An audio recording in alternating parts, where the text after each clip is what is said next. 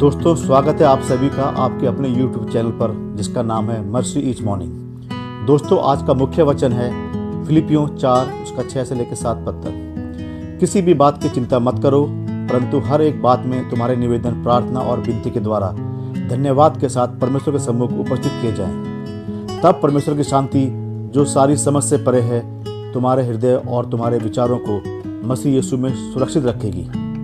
प्रिय भाई और बहनों, आज बहुत से लोग भविष्य को लेकर चिंतित हैं। कोई अपनी नौकरी को लेकर परेशान है, कोई अपने बच्चों के भविष्य को लेकर, कोई आर्थिक स्थिति को लेकर, और बहुत से लोग अपनी बीमारी और स्वास्थ्य को लेकर चिंता में जी रहे हैं। जब हम चारों ओर समस्याएं देखते हैं तब डर और चिंता हमारे मन को घेर लेती है, लेकिन परमेश्वर का वचन हमें एक अलग रास्ता दिखाता है, विश्वास का रास्ता।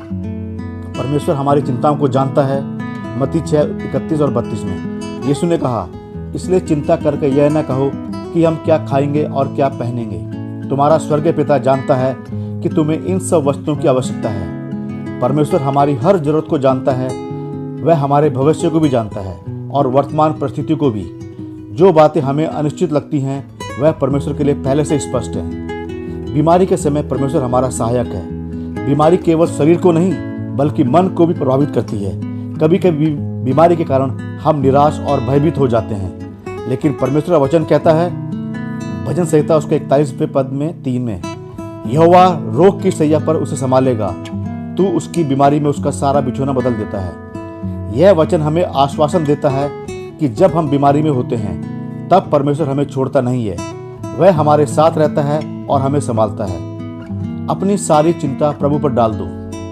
पहला पतरस 5:7। अपनी सारी चिंता उसी पर डाल दो क्योंकि उसको तुम्हारा ध्यान है। परमेश्वर केवल हमारी आत्मिक बातों की नहीं बल्कि हमारी दैनिक जीवन, स्वास्थ्य और परिवार और भविष्य की भी चिंता करता है। जब हम अपनी चिंताओं को अपने ऊपर ढोते हैं तो हमारा बोझ बढ़ता जाता है, लेकिन जब हम उन्हें प्रभु को सौंप देते हैं तो हमें शांति मिलती है। परमेश्वर हमारा भविष्य सुरक्षित रखता है। यिर्मयाह 29:11 में परमेश्वर कहता है, क्योंकि यहोवा की यह वाणी है कि जो कल्पनाएं मैं तुम्हारे विषय में करता हूँ उन्हें मैं जानता हूँ। वह हानि की नहीं वरन कुशल की हैं, और अंत में तुम्हारी आशा पूरी करूंगा। हो सकता है आज आपको अपना भविष्य धुंधला दिखाई दे रहा हो, लेकिन परमेश्वर के पास आपके लिए एक योजना है। उसकी योजना भलाई, आशा और आशीष की है।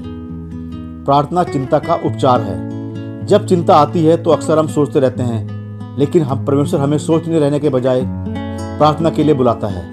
हर चिंता को प्रार्थना में बदल दें, हर डर को विश्वास में बदल दें, हर आंसू को परमेश्वर के सामने रख दें। जब हम ऐसा करते हैं तो परिस्थितियां तुरंत नहीं बदल सकती, लेकिन हमारा हृदय बदलने लगता है और परमेश्वर हमें शांति से भर देता है। यदि आज आप भविष्य को लेकर चिंतित हैं, यदि बीमारी या स्वास्थ्य की समस्या आपको परेशान कर रही हैं, तो याद रखें परमेश्वर आपको जानता है, परमेश्वर आपकी चिंता करता है, परमेश्वर आपकी प्रार्थना सुनता है, परमेश्वर आपके भविष्य को अपने हाथों में रखता है।